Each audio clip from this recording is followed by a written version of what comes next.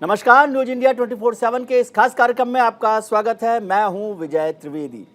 दिल्ली नगर निगम में जो हंगामा आज हुआ वो एक तरह से ऐतिहासिक है। शायद किसी को इस बात का अंदाजा नहीं होगा कि हमारे नए चुनकर आए हुए पार्षद, जिन्हें दिल्ली को साफ सफाई करने की नई जिम्मेदारी मिली है, वो उसकी बजाय वहां पर हंगामा करके एक नया तरीके का बवाल करेंगे। हालांकि अभी दिल्ली नगर निगम की कार्यवाही जो है सदन की स्थगित कर दी गई है। भारी बवाल की वजह से, उसकी वजह से सदन की कार्यवाही को स्थगित कर दिया गया है। 2.5 घंटे तक लगातार हंगामा चलता रहा। दिल्ली नगर निगम में टेबलें उठाई गई, पार्षदों के साथ हाथापाई हुई, तमाम तरह की वो सब चीज़ें हुई हैं जिनको आप देख सकते हैं तस्वीरों में कि किस तरह का बवाल, किस तरह का हंगामा वहाँ हुआ है। आज दिल्ली नगर निगम का मेयर का चुनाव होना था, मेयर और डिप्टी मेयर का चुनाव होना था, लेकिन इस हंगामे के बाद कार्यवाही को स्थगित कर दिया गया है, सदन को स्थगित कर दिया गया है। अगली तारीख अभी बाद में तय होगी, लेकिन हंगामे की वजह से आज मेयर का चुनाव नहीं हो पाया। मेयर चुनाव के लिए अब नई तारीख तय की जाएगी। हंगामा इतना रहा कि बाद में सदन को स्थगित करना पड़ा अनिश्चितकाल के लिए। अब नई तारीख तय की जाएगी, तब मेयर का चुनाव होगा। हाल ही में जो दिल्ली नगर निगम के चुनाव हुए थे उसमें आम आदमी पार्टी को बहुमत मिला था, भारतीय जनता पार्टी दूसरे स्थान पर रही थी। भारतीय जनता पार्टी पिछले 15 साल से एमसीडी में शासन कर रही थी, राज कर रही थी। पिछली बार जब 3 बना दी गई थी, एमसीडी को 3 हिस्सों में बांट दिया गया था, उसके बाद जब पहली बार एमसीडी का नया चुनाव हुआ है उसमें आम आदमी पार्टी को बहुमत मिला। आज मेयर का चुनाव होने वाला था, लेकिन जैसे ही सुबह कार्यवाही शुरू हुई, हंगामा वहां शुरू हो गया। आम आदमी पार्टी और भारतीय जनता पार्टी के पार्षदों के बीच ये तस्वीरें आप देख सकते हैं, जिसमें कुछ और कहने की ज़रूरत नहीं है। इतनी धक्का मुक्की, इतना हंगामा हुआ है, इसे साफ साफ जनादेश का अपमान माना जा सकता है कि किस तरह का हंगामा वहाँ पर हमारे पार्षद कर रहे हैं। इस चुनाव में पार्षदों के अलावा दिल्ली के जो सांसद हैं, लोकसभा के 7 सांसद और राज्यसभा के 3 सांसद और विधायकों में से 14 विधायकों को चुनाव में हिस्सा लेने का मौका मिलता है, यानी वो भी वोटर होते हैं। जो मनोनीत पार्षद होते हैं उन्हें वोटिंग का अधिकार नहीं होता है। इसमें एक और ख़ास बात है कि यहाँ दल बदल विधेयक जो कानून है, दल बदल कानून है, वो लागू नहीं होता है। इस वजह से दल बदल की आशंकाएं भी लगातार हो रही थी। मेयर का चुनाव होना था, मेयर चुनाव के लिए 250 पार्षद हैं। जो दिल्ली नगर निगम है उसमें कुल पार्षदों की संख्या 250 है। उसमें साथ साथ दिल्ली के लोकसभा के 7 सांसद भी मतदान करते हैं। राज्यसभा के भी 3 सांसद जो हैं वो इस मतदान में हिस्सा लेते हैं। राज्यसभा के जो 3 सांसद हैं वो भी इसमें हिस्सा लेंगे। 7 सांसद लोकसभा के वो भी हिस्सा लेंगे। 250 पार्षद हैं और विधानसभा के 14 सदस्य यानी 14 विधायक भी उसमें हिस्सा लेंगे। उसमें से 13 विधायक आम आदमी पार्टी के हैं और 1 भारतीय जनता पार्टी का विधायक है। कुल 274 सदस्य मतदान कर सकते हैं। 273 सदस्य हैं जो मतदान कर सकते हैं। मेयर की सीट जीतने के लिए 137 वोट चाहिए।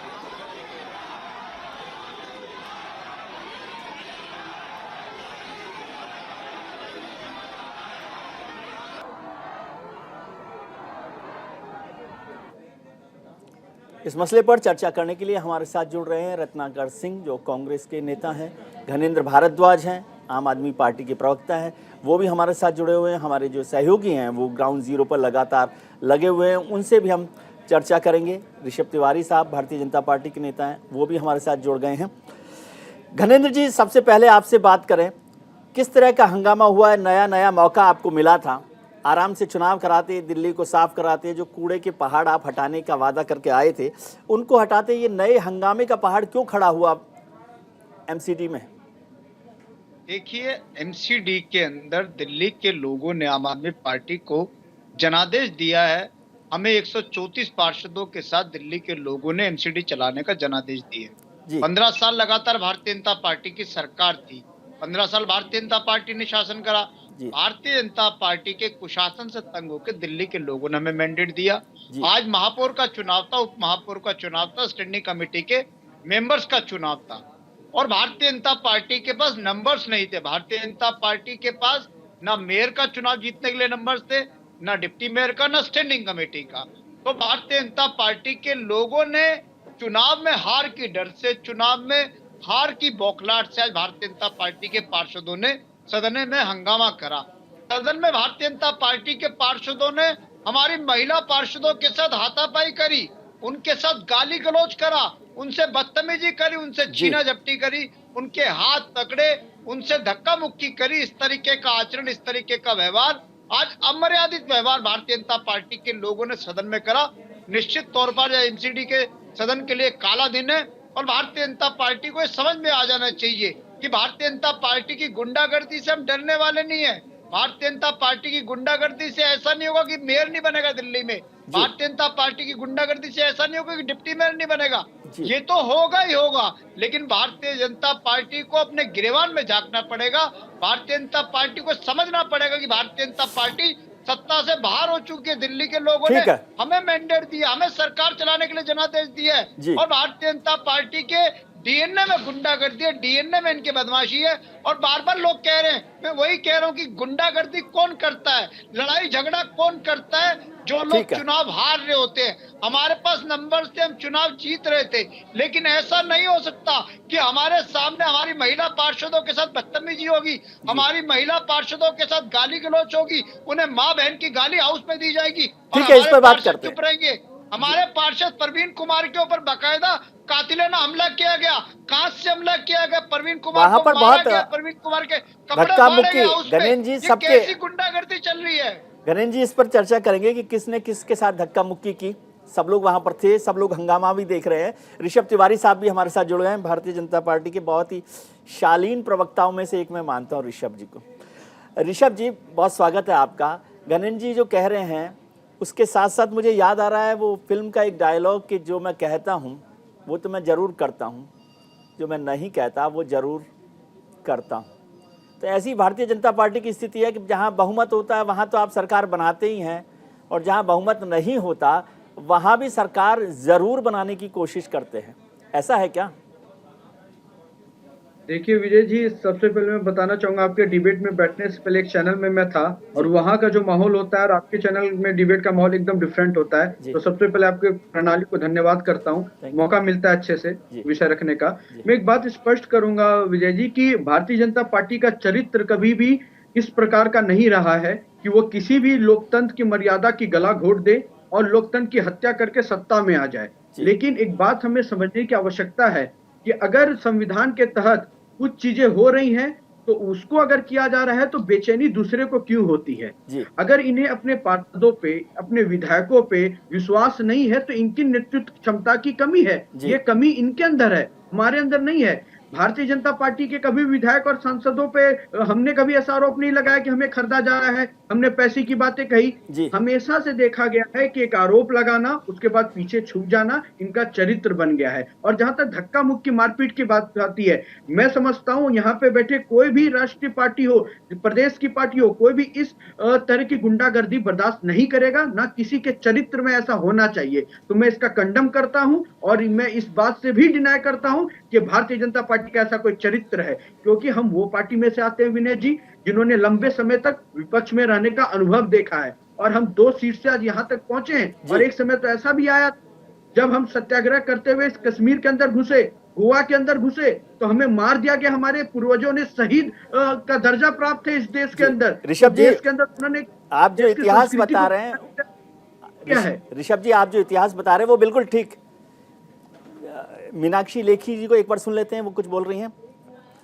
था, लेकिन जो लोग एनार्किस्ट हैं, जो पहले ही दिन से कहते हैं कि वो एनार्किस्ट हैं, वही आपके सामने भी है। वो एनार्कियल रूप आपके सामने, मेरे सामने तो वही रील चल रही है।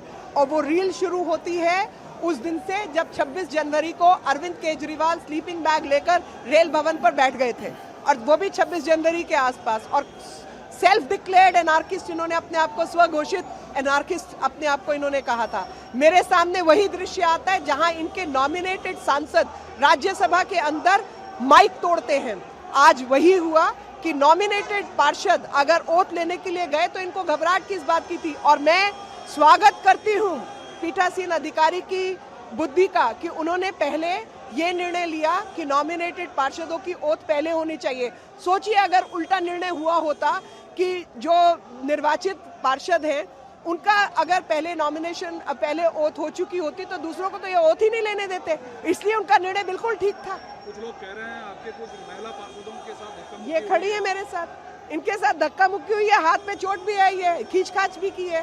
तो आप बताइए, एक सिविक बिहेवियर होता है ना, महिलाओं से आप दूरी बनाकर रखते हैं, हाथ पैर नहीं चलाते, खींचातानी नहीं करते, धक्का मुक्की नहीं करते, ये भी तो एक गुड बिहेवियर का हिस्सा है। ये तो एनार्किस्ट है, शुरू से इस प्रकार की हरकतें करते हैं। एडजर्ड है, उन्होंने अपने एक पार्षद का हाथ दिखाया, खून से लहूलुहान आरोप। अरे मैं भी दिखा देती हूँ, वो बेचारा एक का पैर टूट गया है, उसको अभी एलएनजेपी लेके गए हैं, 2-4-5 लोगों के हाथ में चोट आई है, वो सबके पास है। वो जिस पार्टी को बहुमत है वो आंदोलन क्यों कर रही है?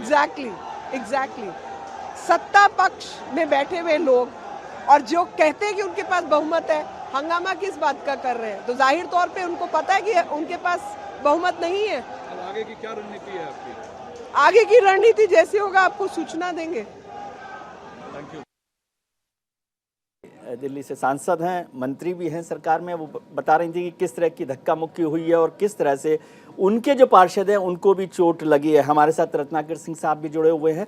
रत्नाकर जी, भारतीय जनता पार्टी और आम आदमी पार्टी के विधायकों के बीच धक्का मुक्की, पार्षदों के बीच माफ़ी चाहता हूँ, धक्का मुक्की तो देख ही रहे हैं आप क्यों इस लड़ाई से बाहर हो गए अचानक, किसके कहने पर? देखिए विजय जी, आज जो सदन में जो हुआ, जो एक दूसरे से धक्का मुक्की कर रहे हैं लोग, हाथापाई कर रहे हैं, किसी का पैर टूट रहा है, किसी का हाथ टूट रहा है, महिलाओं के साथ अभद्र व्यवहार किया जा रहा है वहां पे जी। ये दिखाता है कि भारतीय जनता पार्टी हो चाहे आम आदमी पार्टी हो, दोनों का चाल चेहरा और चरित्र दिखाता है। और जनता ने जो जनादेश दिया है, उस जनादेश का अपमान कर रहे हैं ये लोग सत्ता के लिए। इनको सत्ता चाहिए और सत्ता के बगैर ये रह नहीं सकते, चाहे उसके लिए कितने भी निम्न स्तर का कार्य करना पड़ेगा, ये भारतीय जनता पार्टी और आम आदमी पार्टी कार्य करेंगे। अरे भाई, जनता ने आपको जनादेश दिया है, आप जो है उन मुद्दों पे आइए, शांति से ओथ लीजिए, फिर उसके बाद जो चुनाव प्रक्रिया है उस प्रक्रिया को पूरा करिए और फिर जो जनता ने किस चीज के लिए आपको चुना है वो काम करना शुरू करिए। आपने तो वादा किया था कि हम जब सत्ता में आएंगे आम आदमी पार्टी ने, तो हम कूड़े का पहाड़ हटा देंगे और प्रदूषण मुक्त जो है दिल्ली कर देंगे, पार्किंग की समस्याओं का समाधान करेंगे। तो ये जनता को उम्मीद वो सारी समस्याओं से है। आप सत्ता के लिए इस तरह से हाथापाई कर रहे हैं, कहीं ना कहीं ये दर्शाता है कि दोनों पार्टियां सत्ता में बनी रहना चाहती हैं और सत्ता के लिए वो कुछ भी कर सकती हैं, चाहे उसमें ले महिलाओं का अपमान भी करना पड़े, हाथापाई करना पड़े, वो सब करेंगे। लेकिन रत्नाकर जी, आपने मेरे सवाल का जवाब नहीं दिया। ये ऋषभ, मुझे कहा गया कि ऋषभ जी से आपकी दोस्ती काफी है, तो ऋषभ जी की दोस्ती निभाने के लिए आपने वॉकआउट कर लिया कि इस इलेक्शन से बाहर ही रहें ताकि कुछ नंबर तो कम हो जाए। देखिए, ऋषभ जी मेरे मित्र हैं, बहुत उम्दा व्यक्तित्व है इनका, मैं जानता हूँ। लेकिन रही बात आपके सवाल की, तो मैं ये कहना चाहूंगा कि देखिए, कांग्रेस पार्टी को जो सदस्यों को चुना है, जो जनता ने, वो 9 सदस्यों को चुना है। जनता ने आम आदमी पार्टी और भारतीय जनता पार्टी के खिलाफ जो है वो जनादेश दिया है। तो कहीं ना कहीं हम उनके जनादेश का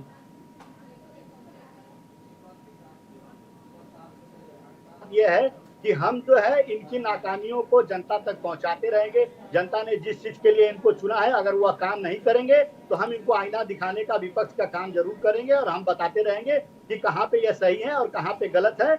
और इसलिए हम जो है इस प्रक्रिया में भाग नहीं ले रहे। जी, मेरे सहयोगी नमित हमारे साथ जुड़े हुए, नमित त्यागी हमारे साथ जुड़े हुए हैं। नमित, आप लगातार आम आदमी पार्टी को भी देखते रहे हैं और दिल्ली की पूरी राजनीति को आप बेहतर समझते हैं, सुबह से भी आप सिविक सेंटर में हैं। हुआ क्या, ये थोड़ा सा अपडेट कीजिए। मैं इतना कंफ्यूज हो गया हूँ ऋषभ जी और घनेन जी की बातचीत से कि समझ नहीं आ रहा किसने धक्का मुक्की की, क्या हुआ क्या?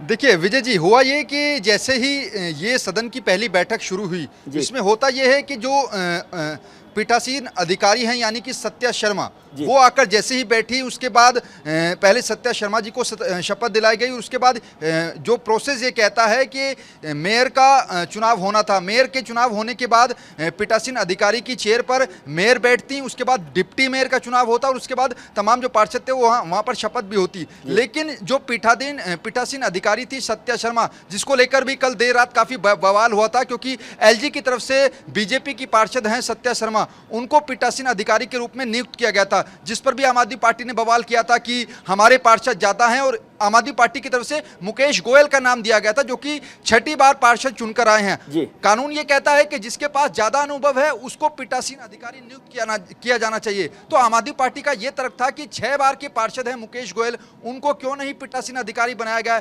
जबकि जो सत्या शर्मा है जिनको पीठासीन अधिकारी रात एलजी ने बनाया वो 3 बार की पार्षद हैं। बीजेपी की तरफ से तर्क दिया गया कि वो पहले मेयर हैं, इसलिए उनको मेयर का अनुभव है, इसलिए उनको पीठासीन अधिकारी बनाया गया। हालांकि आम आदमी पार्टी ने रात ये कहा कि केवल बीजेपी के इशारे पर एलजी ने पीठासीन अधिकारी जो है वो सत्या शर्मा को बनाया है। सुबह जैसे ही सत्या शर्मा ने जो 10 मनोनीत पार्षद थे जिनको एलजी की तरफ से नोमिनेट किया गया था वो बीजेपी के आदमी थे, बीजेपी के लोग हैं, ऐसा आम आदमी पार्टी का कहना है। तो सत्या शर्मा ने जो चुने हुए पार्षद हैं दिल्ली के 250 पार्षद, उनसे पहले जो 10 मनोनीत पार्षद हैं उनको शपथ दिलाने के लिए बुलाया।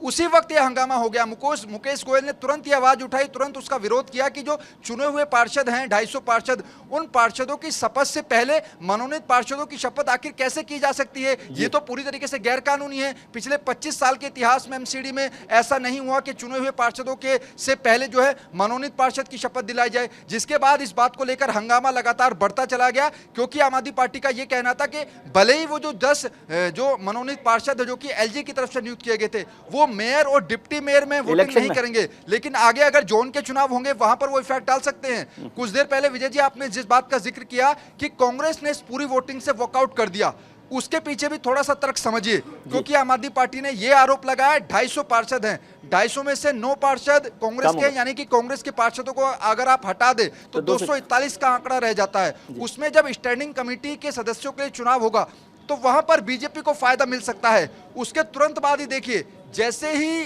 कांग्रेस ने वॉकआउट किया इस चुनाव से, दानिश नाजिया जो कि कांग्रेस की नेता सदन है एमसीडी के अंदर, उनको दिल्ली स्टेट हज कमेटी के चेयरमैन के लिए एलजी ने उनका नाम सामने कर दिया।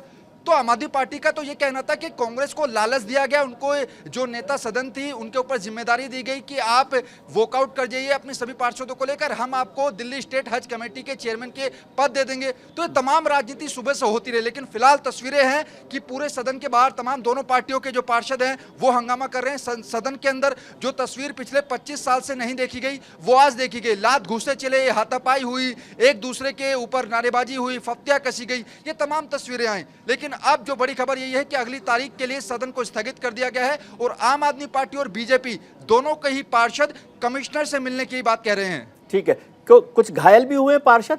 किसके बीच में यह हंगामा हुआ, कहां से शुरू हुआ, कुछ जानकारी है आपको? क्योंकि आप भी हाउस में मौजूद थे।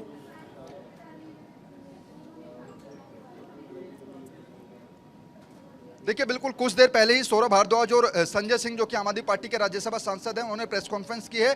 प्रवीण कुमार जो कि 2 बार के आम आदमी पार्टी के पार्षद हैं, उनके हाथ में चोट लगी है, काफी खून भी उनके हाथ से बह रहा था, मैंने वो तस्वीरें देखी हैं, वो जो है उनके हाथ में चोट लगी है, उनको अस्पताल ले जाया गया है। इसके अलावा बीजेपी के भी 1-2 लोग हैं जिनको चोट लगी है, क्योंकि अभी मैंने कुछ देर पहले ही सदन के अंदर की तस्वीरें भी हम दिखाने का प्रयास करेंगे थोड़ी देर में विजय जी। सदन के अंदर मैं खुद होकर आया हूँ, वहां पर तमाम जो चेयर्स हैं वो टूटी हुई पड़ी हैं, क्योंकि तमाम पार्षद टेबल के ऊपर आ गए थे, जो टेबल है वो टूटी हुई है। पीठासीन अधिकारी का जो पूरा मेज होता है उसके ऊपर पार्षद चढ़ गए, वहां पर धक्का मुक्की की गई। तो जाहिर तौर पर ये गरिमा को दारदार किया गया है अगर सदन की बात करें, क्योंकि पिछले 10-15 सालों में अमूमन मैंने तो अपनी पत्रकारिता के अंदर ऐसी तस्वीर नहीं देखी है। जी ठीक है, नमित आप बने रहिए हमारे साथ। ऋषभ तिवारी जी और रत्नाकर सिंह जी जुड़े हुए हैं, घनेन्द्र भारद्वाज भी हमारे साथ जुड़ रहे हैं। ऋषभ जी, ये फैक्ट शीट जो है बता रहे थे नमित मेरे सहयोगी, उन्होंने ये इस बात का जिक्र किया कि वैसे भी मैं जानता हूं कि आप जो है दोस्ती निभाने में कभी पीछे नहीं रहते। चुनाव होने, मेयर का चुनाव होता नहीं होता, कौन बनता नहीं बनता, लेकिन आपने रत्नाकर जी के साथ दोस्ती निभा दी और जो नाजिया हैं, दानिश नाजिया, उनको हज कमेटी का चेयरमैन बनवा दिया। देखिए विजय जी, मैं एक बात आपको बताना चाहूंगा और कई दफा कहा है कि भारतीय जनता पार्टी हमेशा कहती है सबका साथ, सबका विकास और सब पे विश्वास, और सबका विश्वास लेकर हम चलते हैं। अब इस विश्वास में देश की जनता भी आती है, उसके अंदर सारे राजनीतिक पार्टी वाले भी आते हैं, सरकार में हम रहते हैं, जो विपक्ष में रहते हैं उनका भी विश्वास हम लेकर चलते हैं। तो ये तो हमारा मोटो है। लेकिन अब इसको मीडिया के दृष्टिकोण से किस रूप से लोग देख रहे हैं, ये आपके सूझबूझ के आधार पर डिपेंड करता है। तो मुझे लगता है कि ऐसा कोई पीछे कोई एक स्क्रिप्ट तैयार करके ऐसा नहीं किया गया है। इनका एलजी साहब का अपना अधिकार है, उन्होंने इसके तहत देखकर किया होगा। ये एक अलग डिबेट का विषय हो सकता है, लेकिन ऐसा कोई स्क्रिप्टेड नहीं है जी। और जो दूसरी बात थी प्रोटेम स्पीकर को लेकर, जो सत्या शर्मा जी हैं और मुकेश गोयल का जो विवाद है, आप नहीं समझते कि जो सीनियर मोस्ट मेंबर होता है लोकसभा, राज्यसभा, विधानसभाओं में भी हमेशा ऐसा होता है कि प्रोटेम स्पीकर जो सबसे सीनियर मोस्ट मेंबर होता है वो शपथ दिलाने का, क्योंकि उसका कोई बहुत बड़ी भूमिका नहीं होती जब तक कि आपके दिमाग में कोई भूमिका या स्क्रिप्ट तय ना हो। देखिए, मैं आपको बताना चाहूंगा कि ये अगर मान लीजिए एलजी साहब ने किसी को नॉमिनेट किया जी, और ये नॉमिनेशन से प्रॉब्लम क्यों हो रही है, अगर आपको अपने पार्षदों पे विश्वास है तो ये तो उनके अधिकार क्षेत्र का मामला है। उनके अधिकार क्षेत्र में उन्होंने सपोज विजय जी को नॉमिनेट कर दिया और ऋषभ जी को पता है उनसे नॉमिनेट होने से मुझे कोई नुकसान नहीं है, तो मैं क्यों हंगामा करूंगा। ये जिनकी प्रकृति बन गई है वो चिल्ला चिल्ली ही करें, और जो 10 पार्षदों नॉमिनेशन के शपथ की बात बार बार निकल कर आ रही है, क्या उनके शपथ लेने से मेयर के इलेक्शन पे कोई गलत इंपैक्ट पड़ रहा था क्या, हाँ या ना, इस पे जवाब देने की आवश्यकता है आम आदमी पार्टी के लोगों को। लेकिन इनका मकसद ये था कि इनको डाउट है कि इनके विधायक इनके ही अगेंस्ट, इनके पार्षद इनके ही अगेंस्ट वोट ना कर दे, तो ऐसा सीन क्रिएट कर दो ताकि ये चीजें अस्त व्यस्त दिखे। बाद में इल्जाम भाजपा पे चले जाए कि इन लोगों ने खरीद लिया, इन लोगों ने तोड़ दिया, इन लोगों ने मोड़ दिया। लेकिन इनके अंदर ही अंतरकला है, इस चीज को समझने की आवश्यकता है। ये हंगामा स्क्रिप्टेड था, प्लान था कि जब हम शपथ के लिए जाएंगे तो ऐसा करो ताकि बदनाम भाजपा हो जाए। जी, वो बात आपकी मैं मान लूंगा, लेकिन क्या जरूरत क्या थी ये थोड़ा सा मुझे समझाइए। मेरे को समझ कम आती है सर कि ये मनोनीत सदस्यों को पहले शपथ दिलाने की जरूरत क्या थी। आपकी बात मान ली कि वोटिंग में तो वो हिस्सा नहीं ले सकते थे, ना लेना था उनको, तो फिर ऐसी क्या जरूरत थी। पहले जो इलेक्टेड मेंबर्स हैं वो उनका जो काम है वो हो जाए, मेयर का इलेक्शन हो जाए। मनोनीत सदस्य कहीं जाने वाले नहीं थे, एलजी साहब ने कर ही दिया था, आपके मित्र हैं एलजी साहब, उन्होंने नॉमिनेट कर दिया है, उनकी शपथ बाद में हो पहले हो, इससे क्या फर्क पड़ रहा है। तो पहले कराने की जरूरत क्यों पड़ी ये मैं समझना चाहता हूं। विजय जी, आपने बिल्कुल सही कहा कि अगर ये पहले कर लेते, जो नॉमिनेट वाले तो बाद में कर लेते, उसी तरह जो नॉमिनेट वाले वो पहले कर लेते, जो चुन के आए उनको तो जनता ने चुन ही लिया, उनका कौन छीन रहा था पार्षदी, वो बाद में कर लेते। तो ये तो एक प्रक्रिया थी, उस प्रक्रिया में उनको आगे कर दिया। तो ये ऐसा रिले रेस है जिसमें एक का एक हाथ पकड़ के, चाहे आप आगे चाहे हम पीछे, ट्रैक गोल है, चलना उसी पे है। तो इस पे मुझे नहीं लगता है कि कोई दिक्कत होनी चाहिए थी। बस शर्ते अगर आपकी नीति नियत स्पष्ट हो, तो हमारी नीति नियत स्पष्ट है, हम हंगामा नहीं करना चाहते। हंगामा कौन कर रहा है, क्यों कर रहा है, वो आज न कल सच्चाई आ जाएगी। ठीक है, निगम सदन में हुए हंगामे के बाद बयानबाजी का दौर भी शुरू हो गया है। चलिए आपको सुनवाते हैं क्या बयान हो रहे हैं भारतीय जनता पार्टी, आम आदमी पार्टी और दूसरे नेताओं के बीच। भाई, जो चुने हुए पार्षद हैं शपथ उनकी होती है पहले, नॉमिनेटेड मेंबर की बाद में शपथ होती है। यही मांग की हमारे पार्षदों ने कि भाई जो चुन के आए हुए हैं, जिनको जनता ने चुन के भेजा है, उनकी शपथ पहले कराइए आप, जो हमेशा से परंपरा रही है। इसका मकसद क्या है मालूम है आपको? ये नॉमिनेटेड, जिनको एक वोट जनता ने नहीं दिया, उन नॉमिनेटेड पार्षदों का वोट कराना चाहते हैं मेयर और डिप्टी मेयर में, जबकि नियमता ये पूरी तरीके से गलत है, कानूनी रूप से भी, संवैधानिक रूप से भी और एमसीडी के नियमों के हिसाब से भी। इस पूरी चुनाव प्रक्रिया को माखौल बनाना चाहते हैं, इसका गला दबाना चाहते हैं लोग। इसलिए ये नॉमिनेटेड मेंबर्स की पहले वोटिंग शपथ करा रहे थे कि उनको वोटिंग राइट देना चाहते हैं, जिनको एक वोट जनता ने नहीं दिया। देखिए, वो तो रिजल्ट आएगा तो देखा जाएगा, पर फिलहाल हम सब सांसद भी हम दिल्ली के वोटर हैं मेयर के चुनाव में, और हम अपना मतदान का अधिकार प्रयोग करने आए हैं। हम सभी, हंसराज हंस जी, प्रवेश जी, गौतम जी, रमेश जी, ऊपर हर्षवर्धन जी भी हैं, मीनाक्षी जी भी हैं, और हम सब अपने मतदान का प्रयोग करके एक लोकतांत्रिक व्यवस्था को बनाए रखने में मदद करेंगे। जिस तरीके से भारतीय जनता पार्टी और उपराज्यपाल महोदय बेईमानी पे उतर आए हैं, पूरी दिल्ली इनकी बेईमानी देख रही है। और जो गुंडागर्दी की है, जो जानलेवा हमला हमारे भाई प्रवीण पे किया है, ये गुंडागर्दी नहीं चलने देंगे। हम कांग्रेस नहीं है, ये आम आदमी पार्टी है। आम आदमी पार्टी भारतीय जनता पार्टी से लोहा लेना जानती है और इनके ही भाषा में इनका जवाब देना जानती है। देखिए, जिस तरह की आतंकवादी गतिविधियां सदन में की आम आदमी पार्टी ने, पूरे सिस्टम को हाईजैक कर लिया, जिस तरह से पूरी मर्यादाओं को तार तार कर दिया, मार पिटाई की, गाली गलौज की और ओथ तक भी जो है वो सदस्यों को लेने नहीं दी। इससे बड़ी गुंडागर्दी का इतिहास हिंदुस्तान की लोकतांत्रिक व्यवस्था में कभी कहीं नहीं देखने को मिला। आप सुन रहे थे भारतीय जनता पार्टी और आम आदमी पार्टी के नेताओं को कि किस तरह की प्रतिक्रिया है इस हंगामे के बाद। हमारे साथ खास मेहमान जुड़े हुए हैं। कांग्रेस के नेता रत्नाकर सिंह साहब हैं, भारतीय जनता पार्टी के नेता खेमचंद शर्मा साहब हमारे साथ जुड़ गए हैं और आम आदमी पार्टी के प्रवक्ता घनेंद्र भारद्वाज जी हमारे साथ हैं। रत्नाकर जी, बात हो रही थी दोस्ती की बीजेपी के साथ। बीजेपी ने आपके साथ दोस्ती निभाई और जो दानिश नाजिया जी हैं उनको हज कमेटी का चेयरमैन बना दिया और आपने तुरंत जान महाकल्याण किया और आप वॉकआउट कर गए हाउस से। यही है इक्वेशन? देखिए विजय जी, मैं इस बात से बिल्कुल सहमत नहीं हूं जिस तरह से जो है उसको कहा जा रहा है। देखिए, जो एलजी होते हैं वो किसी पार्टी के नहीं होते हैं। अगर वो किसी पार्टी के होते और दानिश जी को हज कमेटी का चेयरमैन बनाते तो एक बार समझा जा सकता था कि हाँ चलिए कुछ ना कुछ तो फेवर किया है, लेकिन वो किसी पार्टी के नहीं है, वो फ्री है किसी को नियुक्त करने के लिए। तो दानिश जी को उन्होंने हज कमेटी का चेयरमैन नियुक्त कर दिया गया है। और दूसरी बात मैं ये कहना चाहूंगा कि देखिए, जनता ने हमको जनादेश भारतीय जनता पार्टी और आम आदमी पार्टी के खिलाफ दिया है, तो कहीं ना कहीं हम इनके मेयर के लिए चुनाव के लिए या उप मेयर के चुनाव के लिए हमारी सहभागिता क्यों हम नहीं करेंगे? हम तो इनको आंधा दिखाएंगे, हम तो बताएंगे कि आप कहाँ कहाँ पे फेल हैं। और दोनों पार्टियां रही, दोनों पार्टियां भ्रष्टाचार की नींव पे दोनों पार्टियां बनी हुई है और 15 साल में इन्होंने सत्ता की मलाई किस तरह से चाटी है, आज इनको नहीं मिल रहा है तो हाथापाई पे उतरा है। उसी तरह आम आदमी पार्टी को भी ले लीजिए, 80-80 लाख रुपए में तो इन्होंने एक एक टिकट बेचा है।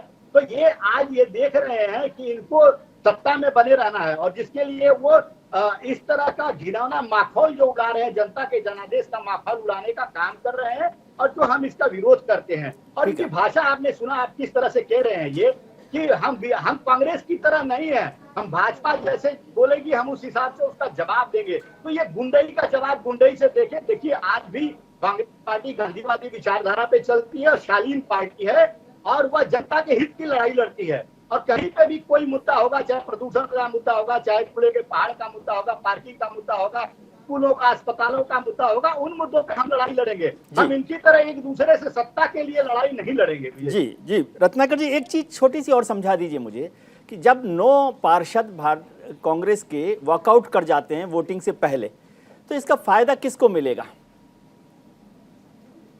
देखिए, इसमें फायदा और नुकसान अगर किसका हो सकता है, थोड़ा सा समझा दीजिए। मैं तो समझने के लिए पूछ रहा हूं, मैं आरोप नहीं लगा रहा, मैं तो समझना चाहता हूं कि 9 पार्षद कांग्रेस के निकल जाएं तो हाउस की जो स्ट्रेंथ है 250 से घट के 241 पर आ गई, बाकी एमएलए और एमपीज को छोड़ दे तो 241 आ गई। तो आम आदमी पार्टी के पास तो बहुमत 250 पर भी था, उनके पास तो पहले ही बहुमत है। भारतीय जनता पार्टी को एक ऐसे बहुमत की जरूरत है जहां पर हाउस का जो स्ट्रेंथ है वो कम हो जाए तो वो थोड़ा और ऊपर पहुंच जाए। आपके कंधों पर बैठने से उनका कद थोड़ा सा ऊंचा हो जाता है, ऐसा नहीं है? विजय जी, देखिए मैं एक चीज कहूंगा कि हमारे से न भारतीय जनता पार्टी के ऊपर कोई फर्क पड़ता है। आम आदमी पार्टी कह रही है कि उसके पास बहुमत है और भारतीय जनता पार्टी, आपको पता ही है कि खरीद फरोख्त के मामले में किस तरह की पार्टी है। वो किसी भी सांसद, पार्षद या विधायक को खरीद सकती है, इनके पास इतना पैसा है, विश्व की सबसे अमीर पार्टियों में एक पार्टी है। तो हमारे रहने या न रहने से इनके सेहत के ऊपर कोई फर्क नहीं पड़ता। हाँ, ये जरूर है कि एक दूसरे से जो धक्का मुक्की हुई, हाथापाई हुई है, ये इनको दिखाता है कि सत्ता के लिए ये इतने लोलुप हो चुके हैं कि जनता के जनादेश का अपमान भी करने से ये नहीं चूकते। जी रत्नाकर जी, आपकी बात को मैं इनकार नहीं कर सकता क्योंकि आप इतना गंभीरता से ये बात कर रहे हैं कि भारतीय जनता पार्टी पार्षदों को खरीद सकती है और दानिश नाजिया जी आपकी हज कमेटी की चेयरपर्सन बनी है। ये 2 अलग अलग चीज़ें, लेकिन मैं दोनों बातों का जिक्र कर रहा हूँ। घनेंद्र जी हमारे साथ जुड़े हुए हैं, खेमचंद जी भी जुड़े हैं। घनेंद्र जी, आम आदमी पार्टी के पास बहुमत है, स्पष्ट बहुमत है, मनोनीत सदस्यों की शपथ पहले हो बाद में हो उससे क्या फर्क पड़ रहा? हज कमेटी का चेयरपर्सन कोई और बन जाए, इससे क्या फर्क पड़ रहा? सत्या शर्मा और मुकेश गोयल में से कोई प्रोटेम स्पीकर बन जाए, क्योंकि प्रोटेम स्पीकर तो कुछ कर नहीं रहा। तो फिर क्यों आप इतना परेशान हैं? देखिए विजय जी, परेशान वो लोग होते हैं जिनके पास नंबर्स नहीं है। जी परेशान वो होंगे जो चुनाव हारे हैं। जी हम तो चुनाव पहले दिन से जीत रहे थे कि दिल्ली के लोगों ने हमें जनादेश दिया है। 15 साल भारतीय जनता पार्टी के कुशासन से तंग आकर दिल्ली के लोगों ने आम आदमी पार्टी को एमसीडी चलाने का मौका दिया है। नंबर्स हमारे पास है, बहुमत हमारे पास है, मेयर हमारा बनेगा, डिप्टी मेयर हमारा बनेगा, ठीक है। स्टैंडिंग कमेटी चेयरमैन हमारा बनेगा, डिप्टी स्टैंडिंग कमेटी चेयरमैन हमारा बनेगा। नंबर्स हमारे पास है। लड़ाई कौन करता है, झगड़ा कौन करता है, गुंडागर्दी कौन करता है? जो चुनाव हार रहे होते हैं। चुनाव भारतीय जनता पार्टी हार रही थी, तीनों मेयर का भी, डिप्टी मेयर का भी, स्टैंडिंग कमेटी का भी। नहीं, लेकिन विरोध तो भारतीय आपने जनता शुरू पार्टी किया ना के सुबह। पार्षदों ने विरोध आपने विजय- शुरू किया ना सुबह। विजय ना विजय, देखिए निश्चित तौर पर ये देखिए, अगर कहीं पे भी संविधान का अपमान होगा, कहीं पे भी संविधान का गला घोटने की कोशिश होगी, कहीं पे भी संवैधानिक कार्य होगा, तो निश्चित तौर पर हमारी एक जिम्मेदारी बनती है। हमें भी लोगों ने चुन के भेजा, हमारी जिम्मेदारी बनती है कि अगर कहीं अनकॉन्स्टिट्यूशनल काम हो रहा है तो हम उसे रोकेंगे। जब प्रोटेम स्पीकर ने, पहली बात तो कल प्रोटेम स्पीकर जो बनाया वो गलत था, क्योंकि मुकेश गोयल हाउस में सबसे ज्यादा सीनियर है। 97 से पहले हाउस से वो लगातार मेंबर है, 7वीं बार काउंसलर का चुनाव जीते। और आपने भी विजय बहुत सारी पॉलिटिक्स कवर करी है, आपने सेंट्रल गवर्नमेंट की, लोकसभा, राज्यसभा, सारी विधानसभा, पूरा देश आपने देखा है। हमेशा परंपरा ये रही कि जो सीनियर मोस्ट सदस्य होता है वही हाउस का मेंबर बनता है। लेकिन एलजी साहब ने संविधान को दरकिनार रख के भारतीय जनता पार्टी के जूनियर पार्षद को इन्होंने प्रोटेम स्पीकर बना दिया। 10 लोग नॉमिनेट काउंसलर जो भारतीय जनता पार्टी ने बनाए, उस पर भी कानून को बाईपास कर दिया, दिल्ली की चुनी सरकार को बाईपास कर दिया, शहरी विकास मंत्रालय को बाईपास कर दिया, और 10 भारतीय जनता पार्टी के लोगों को असंवैधानिक रूप से, गैर कानूनी रूप से उन्होंने मनोनीत निगम पार्षद लगा दिया। आज भी यही हुआ। हाउस में हंगामे की वजह क्या हुई कि जिन निगम पार्षदों को एमसीडी के एक्ट के हिसाब से वोटिंग राइट नहीं है, उनकी शपथ के साथ साथ उन्हें वोटिंग राइट दिया जा रहा था, जिसका हमारे पार्षदों ने विरोध करा मुकेश गोयल के नेतृत्व में। और उसके बाद भारतीय जनता पार्टी के पार्षदों ने हमारी महिला पार्षदों के साथ सदन में गाली गलौज करी, उनसे मारपीट करी, उनसे धक्का मुक्की करी, उनके बाल पकड़े, उनके हाथ पकड़े।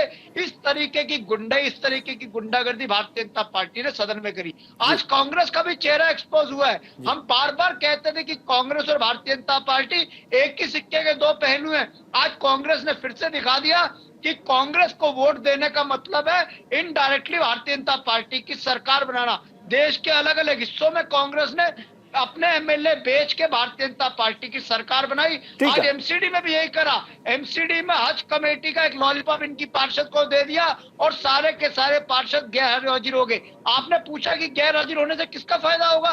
निश्चित तौर पर भारतीय जनता पार्टी का फायदा होगा। ये कांग्रेस और भारतीय जनता पार्टी की जो इलू उलू है, इससे पूरा देश बर्बाद हो रहा है। इस इलू उलू के चक्कर में देश का विकास रुका। इस इलू उलू के चक्कर में गणेंद्र जी, खेमचंद जी भी हमारे साथ जुड़े हुए हैं, एक बार उनसे भी बात कर लेते हैं। खेमचंद शर्मा साहब हमारे साथ जुड़े हुए हैं, भारतीय जनता पार्टी के प्रवक्ता हैं। खेमचंद जी, गणेंद्र जी ने जितनी बातें कही है, आप इस पर कुछ जोड़ना चाहते हैं?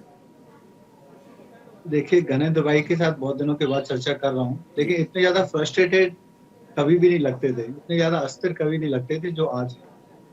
मेरे को 2-3 चीजें पूछनी है। मेरे भाई एक बात बताइए, नॉमिनेटेड पार्षद हैं और ये एलजे महोदय का अधिकार क्षेत्र, आपका अधिकार क्षेत्र, आपने अपने राज्यसभा के सांसद बिना किसी से पूछे बनाए। आपका अधिकार क्षेत्र था, आपने मंत्री बनाए, आपने मुख्यमंत्री बनाया, किसी से पूछा? किसी ने कहा भी नहीं कि भाई हमसे पूछो। ये एलजी महोदय का अधिकार क्षेत्र है। उन्होंने 10 पार्षदों को नॉमिनेट किया है और वो नॉमिनेटेड हुए हैं और संविधान के अनुसार उनके अधिकार है। जब संविधान के अनुसार उनके अधिकार हैं तो आप उनकी जो सेरेमनी हो रही थी, जो शपथ ले रहे थे, उसको आपने क्यों रोका? क्या परेशानी थी आपको? क्या डर था आपको? नहीं तो उसकी पहले शपथ कराने की जरूरत क्या थी, इसको थोड़ा सा समझा दीजिए खेमचंद जी, पहली बात। और दूसरी बात इसी में जोड़ दीजिए कि आपके पास कोई नहीं है जो हज कमेटी का चेयरपर्सन बने। देखिए, इससे कोई हज कमेटी और इन दोनों को आप मिलाइए नहीं। पीठासीन अधिकारी का ये पूरी तरीके से उनके विवेक पे डिपेंड करता है कि वो क्या निर्णय लेते हैं। वो पहले चुने हुए प्रतिनिधियों को शपथ दिलाते हैं या फिर नॉमिनेटेड को। नॉमिनेटेड कम है, 10 मेंबर हैं, इसलिए शायद उन्होंने डिसाइड किया कि पहले नॉमिनेटेड मेंबर को हम शपथ दिलाएं। और अब जो आम आदमी पार्टी की मंशा सामने आ गई है, तो मैं तो कहता हूँ कि बिल्कुल सही डिसीजन था। अगर चुने हुए प्रतिनिधियों की शपथ हो जाती तो ये तो नॉमिनेटेड मेंबर को शपथ ही नहीं लेने देते, ये तो ऐसे ही हंगामा करते रहते, हाउस में नहीं चलने देते। तो इनकी मंशा ही ऐसी थी कि नॉमिनेटेड जो पार्षद हैं वो शपथ ना लें। क्यों? लेकिन सर आपका जो आत्मविश्वास है ना, अगर आपको परेशानी है खेमचंद जी, आपका जो आत्मविश्वास है, खेमचंद जी जो आपका आत्मविश्वास है, मैं उसके लिए बधाई देना चाहता हूं, क्योंकि जब चुनाव के नतीजे आए थे उस दिन से आप मतलब भारतीय जनता पार्टी के नेता बार बार ये कहते रहे थे कि अभी देखिएगा कि मेयर कौन बनेगा, किसका बनेगा, ये तो उस दिन तय होगा। तो जब 134 और 104 का इतना बड़ा फर्क हो तो क्या है? एक फर्क 150 मेंबर इनके बनते हैं, सिर्फ 134 नहीं। हाँ, वो और सबको जोड़ लें, विधायक हैं, पार्षद को, मैं पार्षदों की बात कर रहा हूँ खाली, बाकी तो सब जुड़ी जाएंगे उसको। तेरे विधायक हैं, 3 इनके पास राज्यसभा के सांसद हैं, मिला के इनके पास 150 नंबर बनता है। फिर भी ये डरे हुए हैं क्योंकि इनको पता है कि इन्होंने, और आपके पास उनसे इतने कम है तब भी आप ओवर कॉन्फिडेंट हैं। नहीं, हम ओवर कॉन्फिडेंट नहीं है, मैं आपको बताऊं, हम सिर्फ कॉन्फिडेंट हैं, हम सिर्फ सेवा के लिए वहां पे जा रहे हैं, हम सिर्फ काम कर रहे हैं, हम सिर्फ सिस्टम को फॉलो कर रहे हैं। ये लोग घबराए हुए हैं क्योंकि इनको अपने पार्षदों पे विश्वास नहीं है। इन्होंने 1.5, 2, 2.5, 3 करोड़ रुपए उनसे लिया टिकट के लिए। अब वो जब जीत के आ गए तो इनको लगता है कि वो हमारे मेयर कैंडिडेट को वोट करेंगे भी या नहीं करेंगे। उसी चिंता में, उसी डर की वजह से इन्होंने हंगामा किया। मतलब आप ये बता रहे हो कि आपको ये सौदा महंगा पड़ा? ये महंगे पड़े थे क्या? नहीं, हमें सौदा नहीं महंगा पड़ा जी। हमें तो सौदा महंगा पड़ेगा जी। भारतीय जनता पार्टी ने तो आपको सब पता है कि भाई 2.5-3 करोड़ रुपए में उन्होंने दिए हैं, तो आपसे बात हुई होगी उनकी, भैया इतना तो पैसा इनको ही दिया हमने। ये तो पब्लिक डोमेन, अच्छा, पब्लिक डोमेन की बात है, मुझे लगा आपसे बात हुई है। नहीं, आपसे, हाँ, हमसे बात हुई। हमारे पास भी इनके कैंडिडेट आए थे, हमने पीसी कराई थी, चुनाव के दौरान भी पीसी की थी, और चुनाव के दौरान बहुत सारे लोगों ने बोला, इनके एमएलए और मंत्रियों के घर के सामने उन्होंने धरना प्रदर्शन भी किया, उन्होंने फैक्ट भी दिखाए। तो ये सिर्फ और सिर्फ उसी वजह से डरे हुए हैं। अदरवाइज 150 नंबर इनके पास, क्या दिक्कत है? अगर नॉमिनेटेड पार्षद पहले शपथ ले लेते तो आपको परेशानी क्या है? और एक प्रोटेस्ट होती है, एक होता है कि आप संविधान को तार तार करते हैं, आप हाउस में असभ्यता के साथ प्रस्तुत आए, आप वहाँ पे जो महिला पार्षद है भारतीय जनता पार्टी के, उनके साथ अभद्रता करें, आप जो पीठासीन अधिकारी है उसके साथ अभद्रता करें, ये प्रोटेस्ट नहीं कहलाती। जी, ठीक है, गणेश जी को जोड़ना चाहते हैं। जी गणेश जी। देखिए विजय जी, खुद भारतीय जनता पार्टी के प्रवक्ता ने इस बात को आपके चैनल पे कह दिया कि भारतीय जनता पार्टी वाले बैकडोर से हमारे पार्षदों को खरीदने की कोशिश कर रहे हैं। दिल्ली एमसीडी में भी एक बार फिर से ऑपरेशन लोटस चलाने की भारतीय जनता पार्टी ने एक नाकाम कोशिश करी है। लेकिन मैं भारतीय जनता पार्टी के साथी को कह देना चाहता हूं कि ये अरविंद केजरीवाल के सिपाही हैं, ये ना बिकेंगे, ना टूटेंगे, ना ये खरीद सकते हो। ये कांग्रेस के लोग नहीं है कि आप खरीद लोगे और वो बिक जाएंगे। ये अरविंद केजरीवाल के सिपाही हैं, ये अलग मिट्टी से बने हुए, ये लोहे के बने हुए। इनको आप जितना मर्जी परेशान कर लो, जितना मर्जी तोड़ने की कोशिश करो, ये आपकी ईडी से, आपकी सीबीआई से, बार-बार आप कह रहे हो हम आपकी कांग्रेस एसीबी से, आपकी नहीं है, दिल्ली हम आम आदमी पुलिस से पार्टी वाले हैं, डरने वाले मतलब नहीं हम है, सभी लोग नहीं है, डरने हम वाले गुंडई करने बिल्कुल वाले भी लोग नहीं है। हैं।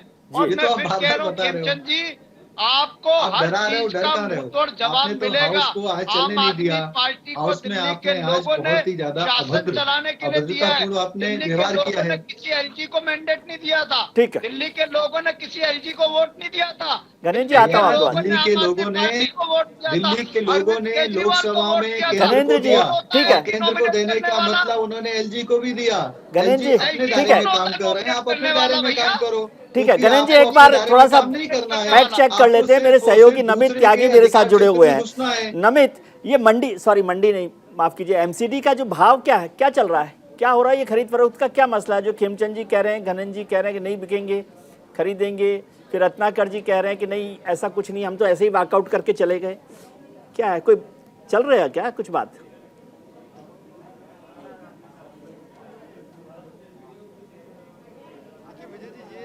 मामला नहीं है। जब से एमसीडी चुनाव के नतीजे आए हैं, उसके नतीजों के 2 दिन बाद ही आपने देखा था कि बीजेपी ने भी ये आरोप लगाया था कि हमारे पार्षदों को खरीदने की कोशिश की जा रही है। आम आदमी पार्टी की तरफ से भी उन पार्षदों को आगे किया गया था कि हमें फ़ोन किया जा रहा है कि आप हमारी पार्टी में आ जाइए, हम आपको मेयर पद ऑफर कर देंगे। तो ये तो कोई ताज़ा मामला नहीं है, एमसीडी चुनाव के नतीजों के बाद से लगातार मामला वो चलता हुआ आ रहा है। लेकिन सबसे ज़्यादा यहाँ पर ये देखने वाली बात होती विजय जी कि नंबर गेम तो आम आदमी पार्टी के पास है, लेकिन अगर मेयर और डिप्टी मेयर का चुनाव आज हो जाता, जो कि आज नहीं हो सका, उसमें आखिर कौन बाजी मारता? क्या जो क्रॉस वोटिंग का डर आम आदमी पार्टी को सता रहा है, क्या वो हो पाता, या फिर आम आदमी पार्टी के पास जो नंबर गेम है उतने नंबर उनको मिल पाते? लेकिन जिस बात का आप जिक्र कर रहे हैं कि मनोनीत पार्षद जो है वो मेयर और डिप्टी मेयर में तो वोटिंग नहीं करेंगे, तो आखिर उससे आम आदमी पार्टी को क्या नुकसान होगा? लेकिन साथ साथ मैं ये भी बता दूं कि आज मेयर और डिप्टी मेयर के साथ साथ जो स्टैंडिंग कमेटी के सदस्य हैं उनका भी चुनाव होना था। ये जो नंबर कांग्रेस ने वॉकआउट किया है 9 पार्षदों का, उसके बाद जो 241 पार्षद बचे, कहीं ना कहीं जो स्टैंडिंग कमेटी के सदस्यों के लिए चुनाव होगा वहां पर कहीं ना कहीं इफेक्ट डालता। विजय जी, सारा का सारा पार्षद का पूरा चुनाव भी आपने देखा है, दिल्ली की पूरी राजनीति आपने देखी है, कुछ मूवमेंट चल रहा था क्या? क्योंकि घनेंद्र जी जब कोई बात कहते हैं या खेमचंद जी जो बात कह रहे हैं और रत्नाकर जी जो मुस्कुरा रहे हैं, तो ऐसा लगता है कि क्या गम है जो छिपा रहे हो। कुछ हुआ क्या? मूवमेंट कुछ चल रहा है क्या पार्षदों का? और आपसे मैं ये सवाल की उम्मीद नहीं करता नमित की डिप्टी मेयर कौन बनेगा, मेयर कौन बनेगा। नमित से तो मैं ये जानना चाहता हूं कि मेयर कौन बनता अगर चुनाव होता तो।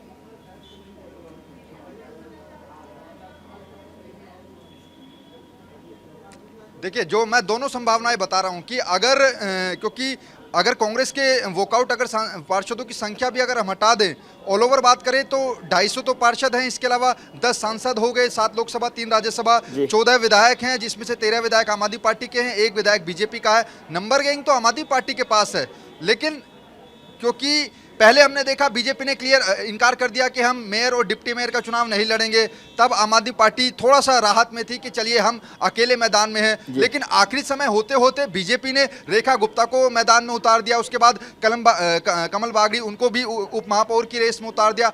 फिर शायद ये ऐसी संभावनाएं जतने लगी कि क्या क्रॉस वोटिंग हो सकती है, क्योंकि दल बदल का कानून तो विजय जी इस वोटिंग में लगता नहीं है। ऐसे में कौन पार्षद किस पार्टी को वोट देगा ये किसी को पता नहीं लगेगा। तो अगर वोटिंग होती और वहां पर मेयर जो है वो बीजेपी का बन जाता, अगर हम संभावनाएं जताते हैं, तो फिर ये आम आदमी पार्टी ये जरूर कह सकती थी कि क्रॉस वोटिंग हुई है, जरूर उनके पार्षदों को खरीदा गया है। जी ठीक है, बहुत कम वक्त है, लेकिन मैं हमारे जो तीनों मेहमान हैं उनसे छोटा सा जवाब चाहता हूं। खेमचंद जी, सब ये सीधे तस्वीरें अभी वहीं से मिल रही है सिविक सेंटर से, हालांकि सदन को स्थगित कर दिया गया है, लेकिन अब भी वहां पर हंगामा है और लोग एक्टिव हैं कि अपनी अपनी बात कहने के लिए वहां पर अभी शोर चल रहा है। खेमचंद जी, बहुत छोटा सा जवाब आपसे चाहता हूं, क्या आपका मेयर डिप्टी मेयर बनने की संभावना दिख रही है? देखिए, भारतीय जनता पार्टी अपनी संवैधानिक ड्यूटी निभा रही है। भारतीय जनता पार्टी अपने कैंडिडेट को खड़े हो, हमारे समर्थक में जितने भी हमारे कैंडिडेट हैं, हमारे जितने भी मेंबर हैं, वो उनको वोट करेंगे। क्या होगा ये तो एक डेमोक्रेटिक प्रोसेस। आपने कुछ हिसाब किताब लगाया होगा ना खेमचंद जी, बनेगा कि नहीं बनेगा? देखिए, भारतीय जनता पार्टी अभी से प्रेडिक्ट करना नहीं चाहती। भारतीय जनता पार्टी ने जीतने के लिए कैंडिडेट उतारे हैं और हमें पूरा विश्वास है कि भारतीय जनता पार्टी के कैंडिडेट अच्छा परफॉर्म करेंगे। जी घनेंद्र जी, बहुमत आपके पास है, नमित कह रहे हैं कि बहुमत आपके पास है, विधायकों का भी, सब मिलाकर भी, पार्षद का भी, फिर क्या डर है? खेमचंद जी का ये भरोसा क्यों है?